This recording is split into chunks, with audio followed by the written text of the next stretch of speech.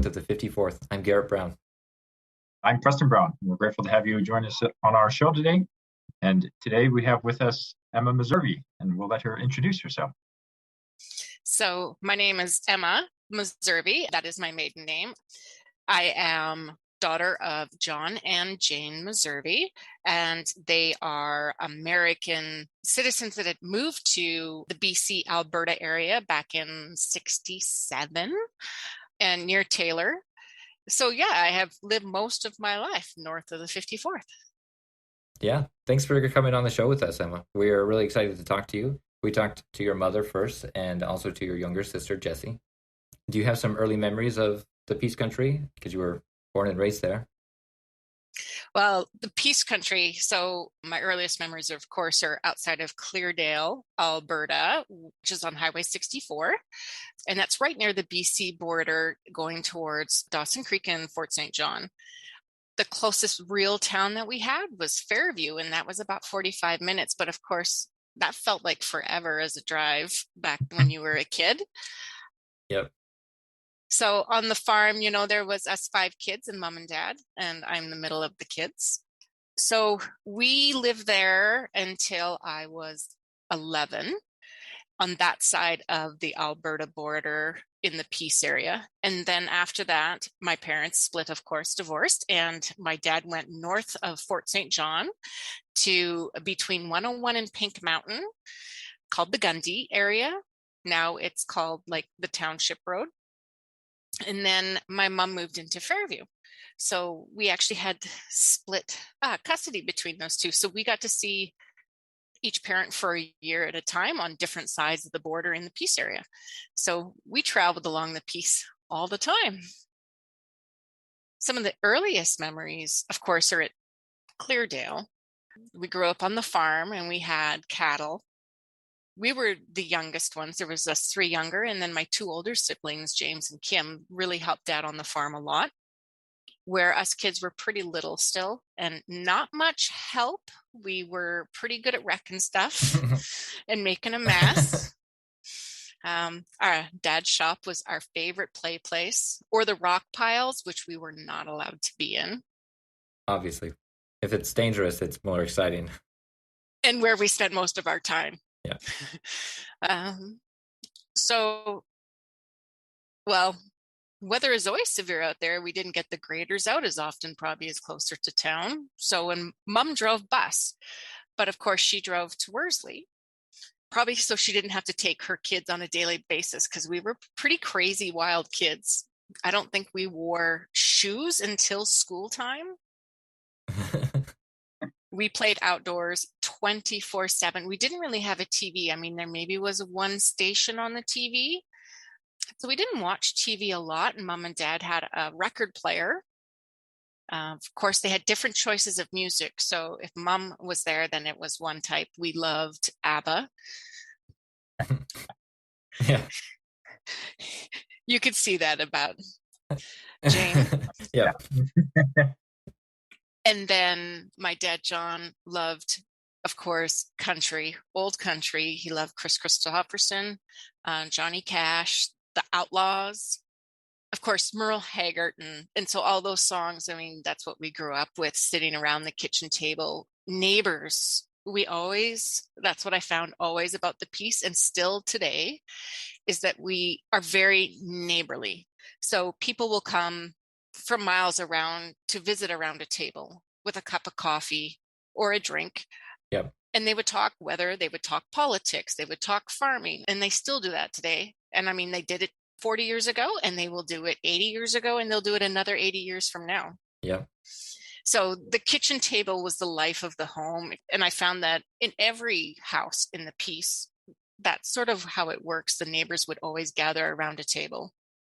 And there was quite a few neighbors there in Menno Simons. We went to a little school that had 3 classrooms in each grade. So like there would be 3 grades in one classroom. Yep. Yeah. I went there until the end of grade 5. So you got to transition?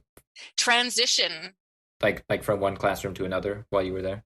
Yes, I did. And I was sort of sad I didn't get to do the next transition. Yeah. But my teacher, when I left at the end of grade 5, is still my favorite teacher today. She was a true artist when it came to making things come alive for you. So Carol Wookie was also my dance teacher, my mom's best friend, and she was my grade 4-5 teacher. And she was probably the hardest teacher I'd ever had. I have never had my hands swatted so many times with a stick. But on the other hand, I have never worked so hard to try to please a teacher.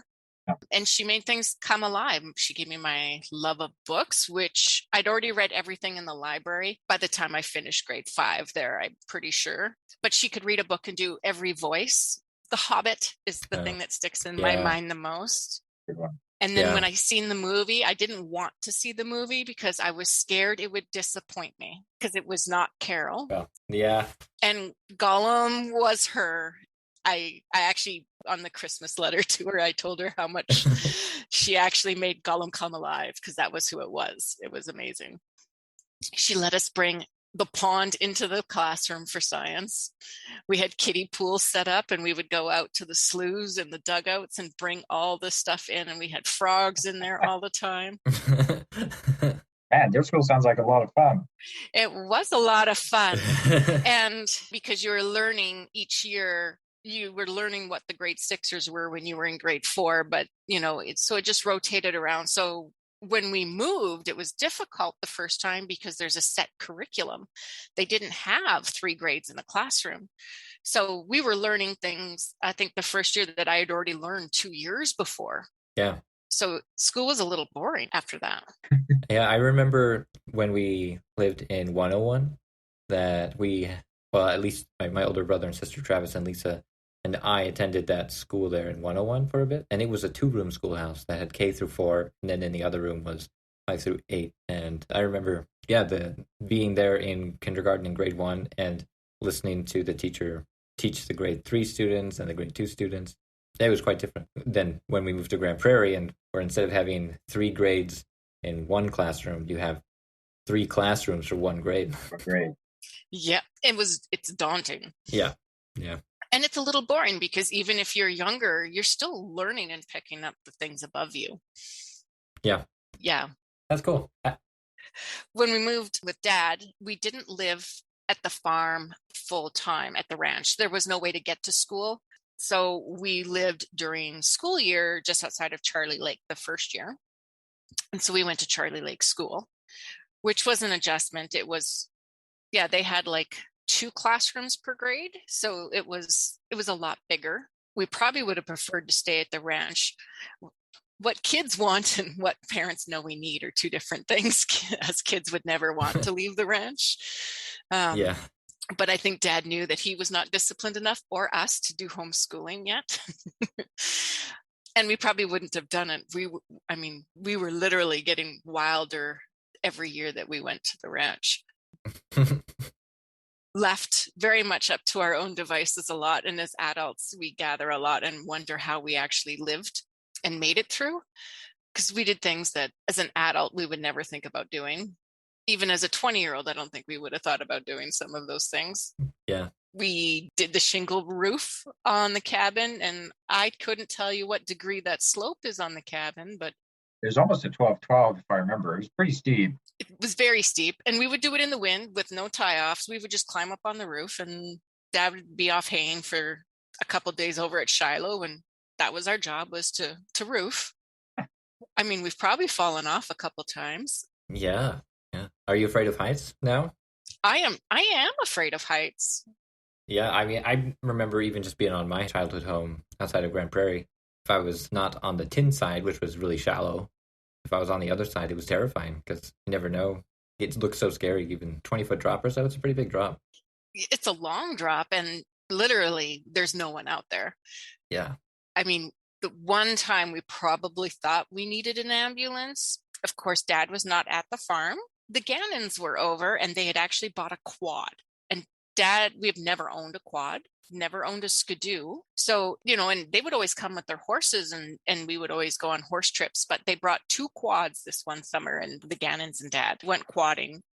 So that left us kids at home. So we were going to go horse riding. So my horse bit Jessie. Jessie must have been 8 or 9, maybe. Bit her so bad, all right on the arm. We were cinching her up, and she just reached around, and it wasn't even Jessie cinching her up. It was Joe or me. My mare grabbed Jessie by the arm and just lifted her and shook her. Oh, Holy cow. And the fable is, I don't know, but as a kid, we always thought horses wouldn't let go until they touched teeth to teeth. And so she wouldn't let go. We finally got her to let go. And like Jessie's arm was instantly black. And we thought for sure she broke her arm. And so we went looking for Dad. So we borrowed Dad's truck and we're driving around all the back logging roads looking for them on their quads. And Dad said he could see us girls flying in. Like we were doing almost 100 when we pulled through. And we got in a lot of trouble. And her arm ended up being fine, but she still remembers Firefly biting her until we thought her arm was broken. Man. But, I mean, we borrowed the truck several times when Dad would be gone. And the one time we thought we got away with it until it was muddy and we slid off the little creek that ran behind the cabin, had a little culvert. Yep. Yes. And so that's our swimming pool creek. We dug it out all the time with shovels, and then it was clay mud, and we would make like a clay pool, and that's where we would hang out all summer until it got too warm and there was no water. But there was a little culvert there, and so the truck in the mud slid off and the back tire caught that culvert. And then we couldn't get the truck out of the culvert. And so we finally figured it out, got it jacked out. Like, so we're 12 and 10 and 7, and we're jacking the truck with, and Dad always told us those jacks were dangerous, but of course we never listened. But we got it out of there and got the truck back, but it's like he couldn't see that we had done what we had done when he got there, and the mud tracks are all there. And of course we had cut up the inside of the tire on that culvert, so we had a flat tire. Yeah. But I mean, life on the Gundy was weather extreme all the time. So you've been there when it's rained. Yes. And you got to get out or you're not getting out. Yeah. And then farming on the Shiloh side, that was even funner, over the ridge and down the valley. So Shiloh, if you heard my mom Jane talk, she talked about Shiloh. So that's an extreme road there. And as soon as the rain would come, it was like you instantly had to get out as soon as you seen rain clouds, or you weren't getting out of that valley. So, I mean, we've always grown up sort of by the seat of our pants, because you couldn't just plan, you're just going to town for the day, or you're going out to the field, or you're going to church. It was very weather dependent, whatever you decided to do there. Yeah. I think I only remember going to the Shiloh, like over the ridge to Shiloh once. And yeah, we drove over like 2 planks of wood as the bridge because it had washed out. Yeah, one side of the bridge is washed out, and there's just like planks there, the width of the tire of the vehicle, and that's what. Yeah, it was terrifying. The width of the tires. It is terrifying. And then, of course, we're all piled in the back of the truck. Yeah. In our theory, it was probably so if you went over, you could jump clear. I don't know. We always rode in the back of the truck. It wasn't illegal back then. Well, it probably was illegal. It's not just out there. No one notices or cares. Yeah. I mean, when you're that remote, that far out from a main highway, and there's no neighbors. I mean, we had one neighbor that lived down the road, and then they sold out and they moved a couple of years later, and there was no one there. And then Shiloh, they had that one family that was sort of babysitting the property, but otherwise there was no neighbors. Like, we consider neighbors Kits down at mile 87. Yeah. And I mean, we're at 121. That's like a 50-mile neighbor, but that's how it is up there. Yeah. What was it like when you got into like high school, or, like a little bit more teenage, like living at the Gundy? Well, I lived with my mom until grade 10. So I only lived with Dad for the grade 6 year. And then I stayed with my mom for 7, 8, and 9. And then at 10, I moved with Dad, but Dad's girlfriend, Pat, lived just outside of Charlie Lake, and she was a teacher at Charlie Lake. So I went to school in town at North Peace Secondary School at Fort St. John. And it was different because my mom had just moved to Calgary, and I had tried to live in Calgary with my mom, but going from a 300 max junior high school into like Diefenbaker, where we have like 1,000 in each grade. It was not my thing. Yeah. I mean, I always thought that, that's sort of be what it would be like going to college or university, and you're going into, you're doing like English class with 500 others, and you've got 4 screens on the TV and your professor's up there and you could see everything. But that's what it was like for grade 10. So it was I just didn't care for it. So I've moved back to Fort St. John from Calgary. So that was my stint living below the 54th. And it did not last long. So high school, let me see, it must have been grade 10 or 11 was probably the worst winter I had ever been through for snow. It snowed and snowed and it drifted that one winter. Jesse and Joe were with us.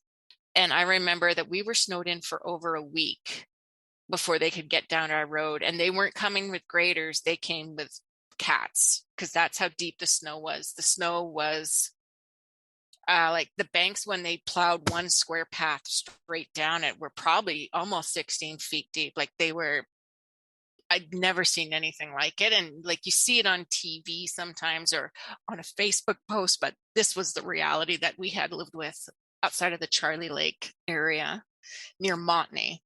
But we never took the bus because we rode into Charlie Lake and then took the bus from Charlie Lake into Fort St. John. So the bus life was really short for us there. Not like at Cleardale, like you get on at like 6:45 in the morning and didn't get off the bus until 8:30. Yeah. So, yeah. And I get car sick. So that was like, oh no, all the way to grade 5 was car sick every day, to and from. So high school was, a little different because I lived in town. So I had moved out just after I turned 16 and got my own apartment. And I lived in town finishing high school.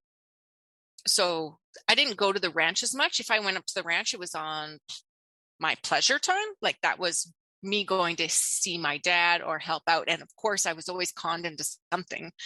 It would be like, come out for the weekend. Okay, come out. Well, it meant coming out, and he wanted me to drive a tractor to town because it was stuck in first gear. So I drove and no brakes, and it didn't stop. And if you stopped and got it out of gear, you were never getting it in gear again. So literally P brakes on the side of the Alaska Highway, was opening the opposite door, trying to steer and hang out over the side to go bathroom because it took 9 hours to drive to town. Oh man. Did you drive all the way to Fort St. John or 101? Fort St. John. Oh man. I'm so sorry. Like I said, the things that you would end up doing. Yeah. But anything with tractors with John was always a circus. So when we moved up there, Dad drove and James drove 2 tractors, each pulling a trailer with all the wooden boards from the shop that they had started to build, because Dad had pre-built a house. They were going to build a house. They had laid a concrete foundation before my parents split. So they had started doing these timber framed walls, and they did it in sections. So Dad took those sections apart and loaded them on the trailer because he was going to build the shop and build the cabin. He was going to use them there. So they're hauling them, and it's wet. It's slimy going down into that Gundy crossing. And and that's a steep road on that one. Not quite as steep as like the Joe Road going into the ranch, but this was steep, and then you have to cross a bridge at the bottom.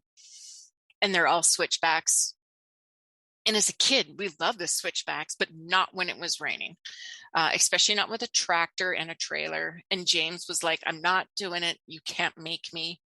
He refused, and Dad got really upset. But Dad went down the hill, and of course, he slid and jackknifed. Lucky he did not die. And so James was like, see, I told you. So we let them stay there for the day until it solid up enough, and then we could go and bring them in the next day. But the mud has probably always been the thing that we fought the most at the Gumbo Ranch, because the mud is something that was ruled your life, and it ruled what you were doing. Some of the best stories are probably in the mud, of course.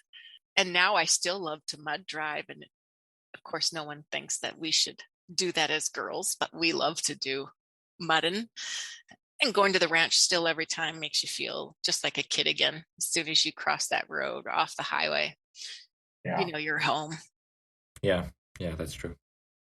And of course, we did have the best valley in the north. Yeah, it's quite beautiful there. Nice sunsets. What transition led you from, this sort of like when you were transitioning out of high school and transitioning from spending time between parents to sort of making your own life? Oh, I don't think I ever really wanted to live anywhere else. I've always wanted to visit places, but the Peace is home. And whether it's on the north or the south side of the Peace, it's because the people are the same. I mean, the country is very varied and very different, from the flat grain lands into the ranch lands and then the mountainous. And so, I mean, I've lived in Fort Nelson, and you could never beat a summer there, but I was never doing another winter there. But from Fort Nelson, like you can, so of course, I worked up there for my dad, and then I ended up moving up there and living there 2 years. And then nothing could beat a summer there. There is dugout pits all along the highway from when they were building the Alaska Highway. And some of them are converted into fish stock ponds. Some are where we would go swimming all the time. And then you've got the river, you've got the mountains, beautiful hiking spots. I mean, literally a half hour any direction, you were doing something different. And it was an amazing, and it's really humid in the summers up there. So it was all, except for the bugs. The bugs are bad, but they're not as bad when you're 20. Then, they don't bother you as much. But yeah, it was a beautiful, fun summers to live up there. But then it's too small. What career was I going to do there? I knew I wanted to go to school sometime. Didn't see that as an opportunity there. And so moved back down to Fort St. John, and then went straight to Grand Prairie. I didn't even really stop in Fort St. John. My best friend from going to junior high from Fairview was living in Grand Prairie. And I had a couple friends from Grand Prairie living there, or from Fort St. John living there. So I thought I would try living in the big city. Yeah. And then I was there for 16 years. So Grand Prairie was a little daunting. Where do you start? Looking for work. You didn't know anyone, no connections. I had worked a golf course during high school, during the summers, well, starting from April right until October. And I really enjoyed that. I liked the outdoors. That's a way that you could do it. And so I really liked mowing. It's a lot like farming. Precise lines, the equipment. Yeah. It's just a lot smaller. The stress level is way lower too. Yeah. Yep. Weather dependent. So I really enjoyed that. And then, so when I went to Grand Prairie, I worked restaurants at night. Worked restaurants. I mean, that's the key thing, is getting through as a teenager into your 20s is usually the restaurants. And then I did the golf course, usually start at 5 a.m. and did about 1. And then I would go home and nap for a couple hours and then go to work at a restaurant. So that was pretty much my life for the first little bit there. Yeah. What kind of restaurant was it at first that you were working at? The first one actually was Humpty's. Oh, yeah. First off, that's where I drank coffee. So where else would I want to work? I already knew all the people. And I mean, working in little truck stops does not quite ideal you for the bigger restaurants in Grand Prairie or the chains. So that was a transition. So yeah, I worked Humpty's for the first bit when I moved there. And then Jolene got a job at the Keg. And I'm too bashful. I'm pretty quiet and shy. And she's really outgoing. So I got her a job at the golf course, and then she got me a job at the Keg. So I started out as a host at the Keg. She was cocktailing, and then we worked at the golf course together, and we were roommates. So we were busy all the time, and we were always gone, but we were usually at the same places. Yeah. Preston got me a job once. He was working construction, and he was going back to high school, and I was coming and needed a job, and project managers who were going to hire me asked Preston's reference for me as a reference. They're like, so there's Preston. He's a pretty good worker. What about his older brother Garrett? And the reference was like, it was Rob Bloom actually. He's like, well, he's taller, and that was basically it. It's like basically the same, just taller. Basically the same. Well, usually I find siblings always usually have pretty much the same work ethic. Yeah. Usually cut from the same cloth. Cut from the same cloth. And us, we would have all gotten our butts whooped if one of us didn't do something. So you all have to do it. Yeah, or if one person doesn't do it, then everyone suffers the same consequence. And so you get beat up or get lots Way of worse. side-eye. Oh, well, and siblings are usually meaner. So we used to always get whoopings. We were pretty, like I said, wild. So we got a lot of them. And we would be like, we didn't do it. And they would be like, one of you did it, one of you lied about it, and the other one thought about it. So between the three of you, you are all guilty. So all three of us always got it. Yeah, I think an advantage of siblings is they don't let you get away with crap. Nope. You know, all the siblings keep all the other siblings honest for the most part. It rules out any sort of like narcissism pretty fast. Don't you wish us adults in life could exist like that? Yeah. Everybody keeping everyone else honest because you don't want to disappoint them or something. Yeah, you're sort of in it together. Yeah. I mean, we're still in it together. Us sisters always hanging out is some of our funnest things that we like to do. We still scrap. We will still have disagreements about memories because it is amazing. And psychologically, when you think about that, it's amazing because we all have the same memory, but all from three different angles. So, they're always altered memories versus like a story Jesse would say is different than mine and then different than Joe's or different than James's. I do miss that we didn't get to hear those memories from Kim. Yeah. Because especially as we become adults and we have children and our children are growing, there's so many things that, like in James and I don't talk very often. He's down in Mountain View and he's a busy man. He's always got something on the go. So, but when we talk for hours and we can just talk about anything. And it's the same with us siblings when we're together. We can fight and we'll have memories and we make new memories all the time. And so the ranch is still a very active part of our life. So going to the ranch for the barn dance every year is the happiest memories every year. As soon as I clear that valley and I see it, you just know you're home. Everything, all your stress leaves. You're just happy to be there and just happy to have a non-life moment. You can just enjoy and be in that second because that's what it feels like when we were kids. And that's those memories that always come up when I go to the ranch. It's all of those memories of all the hard work, because it was a lot of hard work. But like I said, the best memories of skinny dipping in the creek every day. I mean, it was not a warm creek. Nope. There was no reason us kids should have been down there by ourselves or down there without a gun. The wolves and the bears there are atrocious. And I just think about all the times. Yeah, because I mean, we roamed wild for years in amongst nature. I mean, we'd wake up in the morning and moose would be grazing with the cows in the field. That's what we grew up with.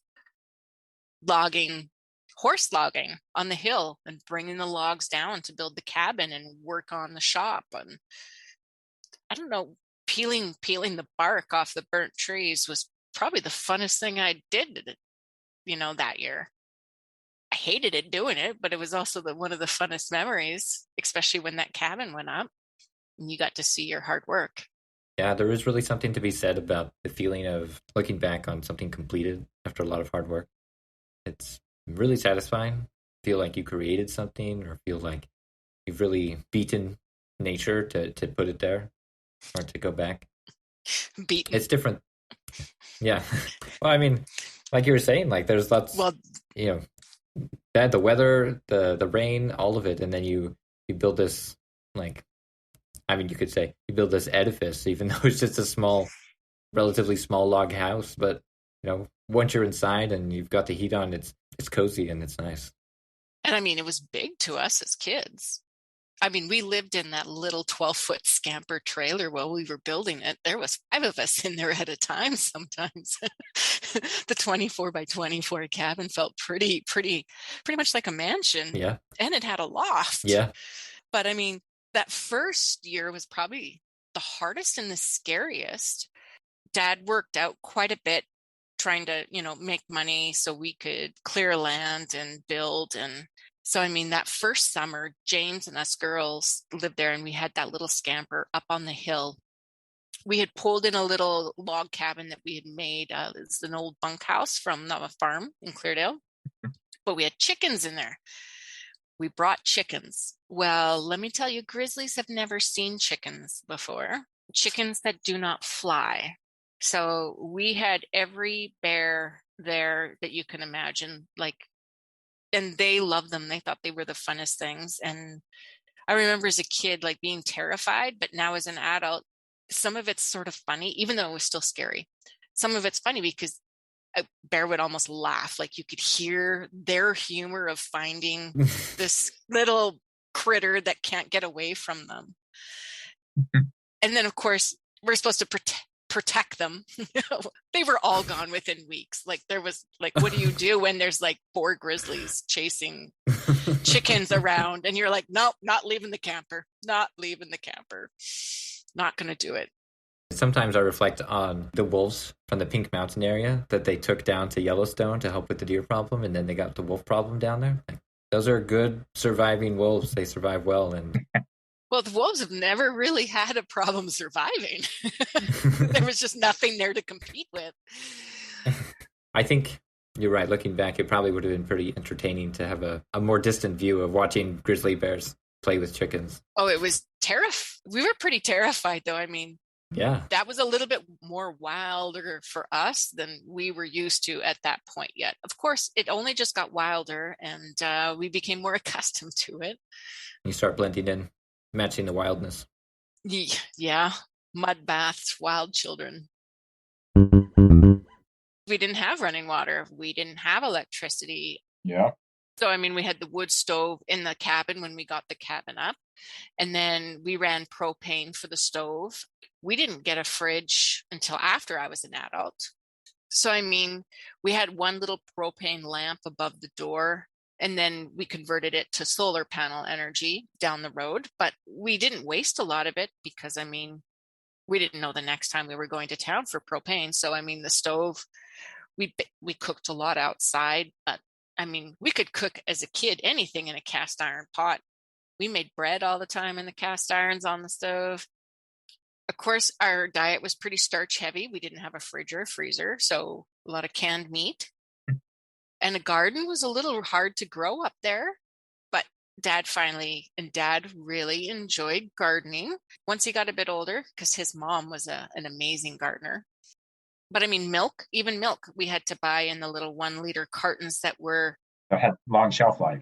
Oh, yeah, long shelf life. We ate a lot of canned goods, but I mean, we always had a lot of fresh deer. Not that people knew it. The amount of the season, right? In season somewhere, maybe not there. Just another cow. Well, you never ate cows. Those were worth money. No, that's what I mean. So if somebody came over, it's not a deer, it's a cow. But I mean, we ate a lot of wild meat as a kid. Even in Cleardale, we ate a lot of moose and deer. I don't hardly remember eating a lot of beef as a kid because, I mean, that was where your money was. And that's what, you would sell for money. Yeah.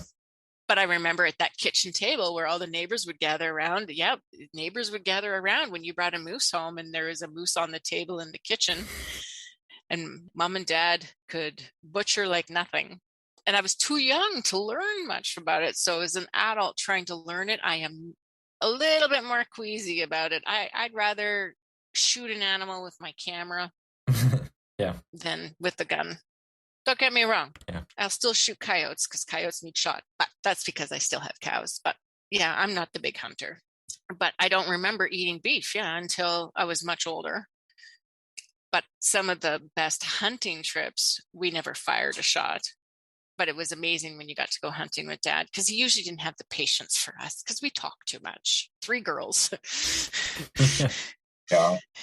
But then, yeah, some of the best trips were Dad would take one of us at a time, and it was great one time with him. And I mean, it could be pouring rain and never get a shot. He probably thought it was the worst trip ever, and then it was my favorite.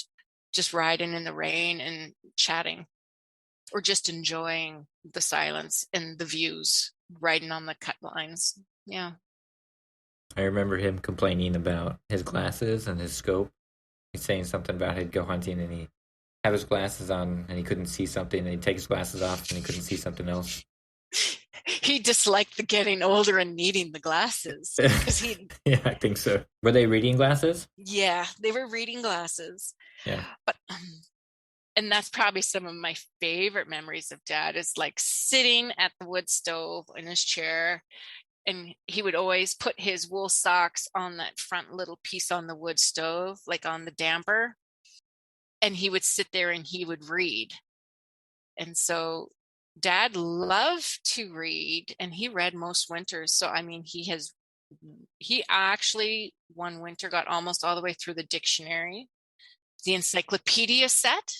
Yeah, he read, I think, up to P in the encyclopedia set. Yeah. He taught himself how to play guitar when he was about 57, just before he passed. You didn't know that, Garrett, did you? I did not know that. I do remember playing, I do remember learning some guitar with him. He was trying to teach me different chords. And that's my first experience on learning the guitar. And I remember him like teaching me how to hold it. And I think, looking back, like he would use his thumb to get like a G chord. Yep. And thinking about how I play the guitar now, my fingers are long enough that I don't use my thumb to push the top string. Yeah, so was he self-taught then and teaching himself the guitar? Yep. Self-taught, and he had broken every knuckle and finger so many times that some of his fingers didn't move right. So he had to make his own way that would work for certain chords, like the G chord. Yeah. Okay, that makes so much more sense, because when I started learning the guitar for myself much later, like when I was in high school, I remembered the G chord and how maybe I'd put my thumb there. Yep. But it would just felt like such an unnatural position. But it makes sense now. Oh, thank you. I remember when I went up one time and he was playing me Bryan Adams. I was blown away. I was like, what? Just because like he has always loved music, but he'd bought a fiddle once, traded that for a banjo. My dad loved to horse trade. So as kids, we lived on a barter system. Like we would trade things all the time. So yeah, he had a fiddle, traded it for a banjo, never learned the banjo. And then one day we went up to the ranch. I was 20, and he played guitar. And that's what he did. Taught himself that winter was play guitar. Of course, his wife, Donna, at the time, Donna is very musically inclined.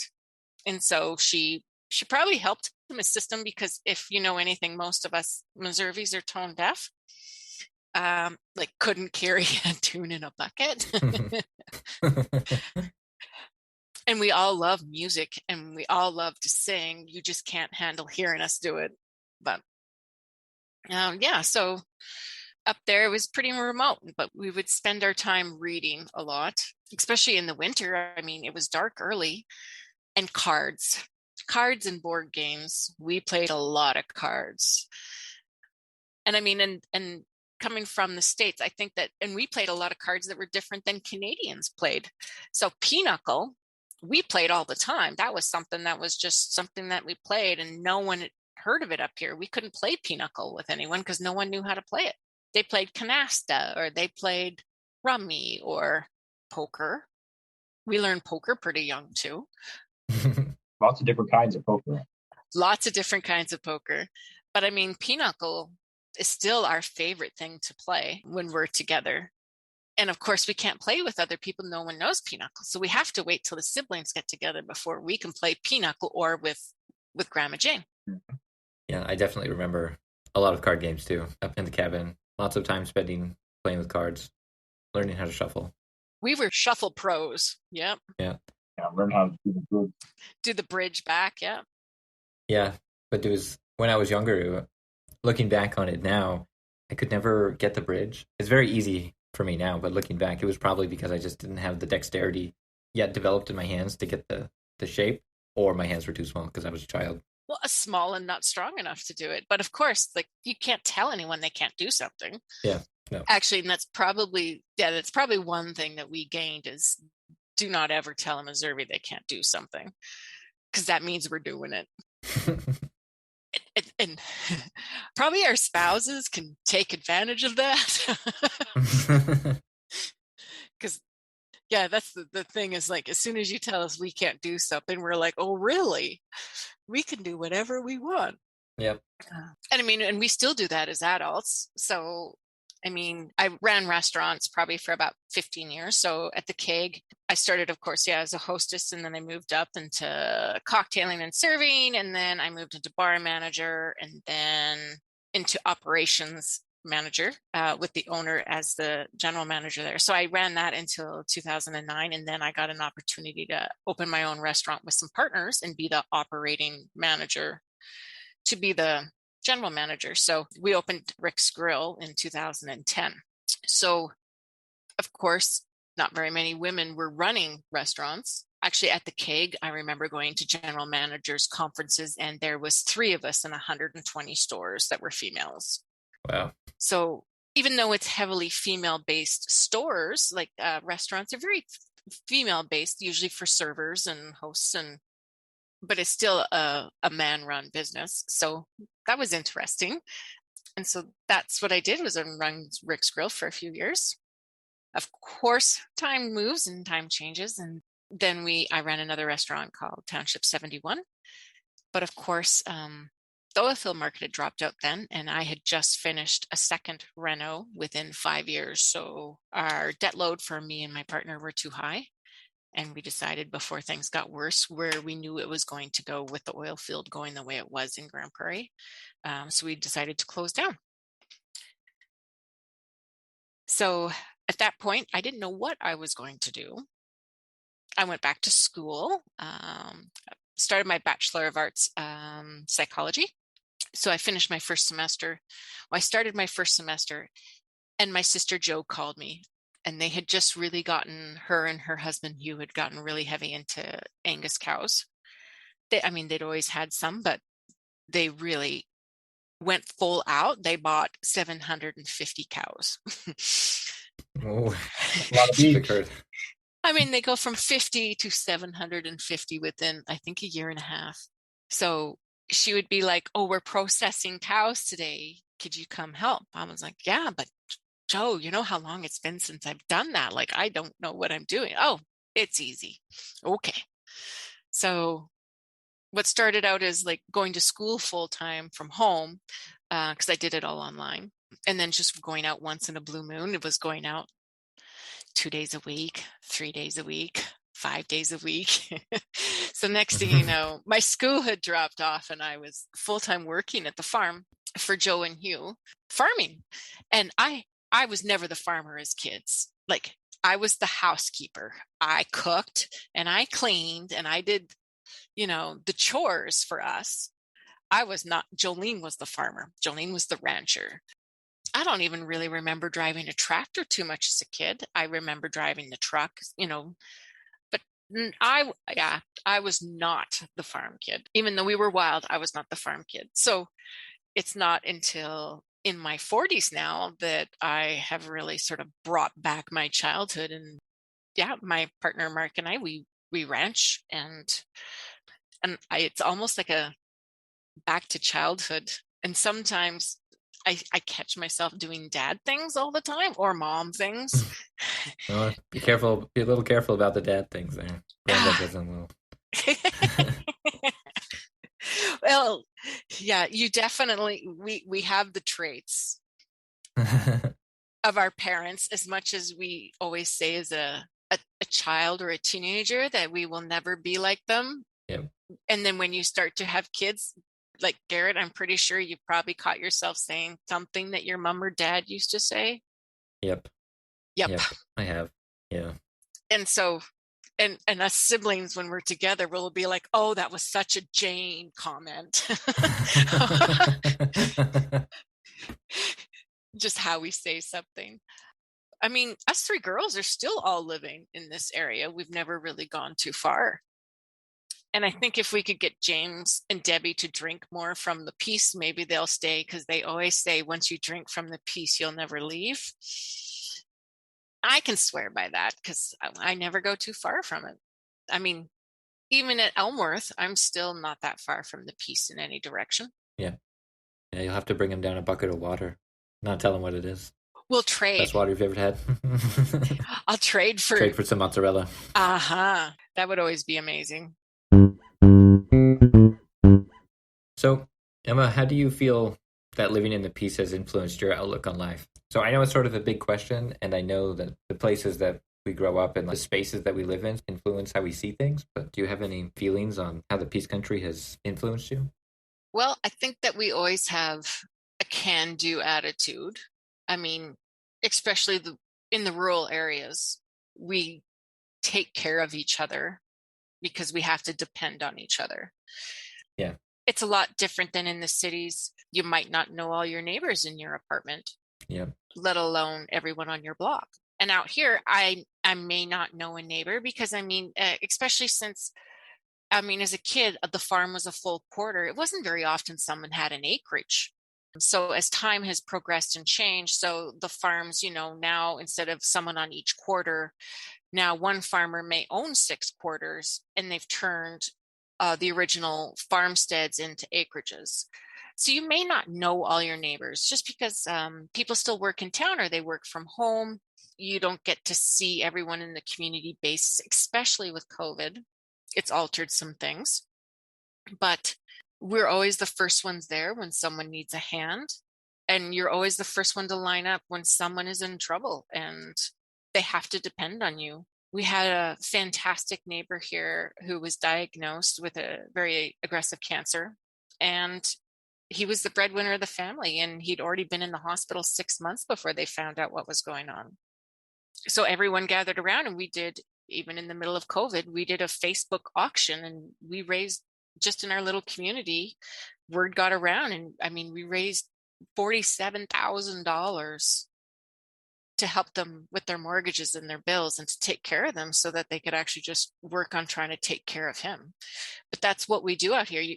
These people some people have never met them, and doesn't matter. You take care of your own out here. Yeah, that's amazing. And I think that's the same all through all the Peace. Of course, social media makes the world a little bit bigger, but on the other hand, sometimes I think it makes it a little bit smaller too. The Peace are usually fairly open-minded, even though we are rednecks, don't get me wrong. We all came from someplace else, though, whether the original homesteaders back in early 1910, when they were bringing in the railroad through the years, everyone came from somewhere else, putting the Alaska Highway in. People were from all over the states going up there. So, I mean, especially European countries, we had a lot of our ancestors here from European countries or from the States. In fact, there's probably a lot of draft dodgers around because, I mean, we're pretty remote, but I mean, we have every make and model of life living here.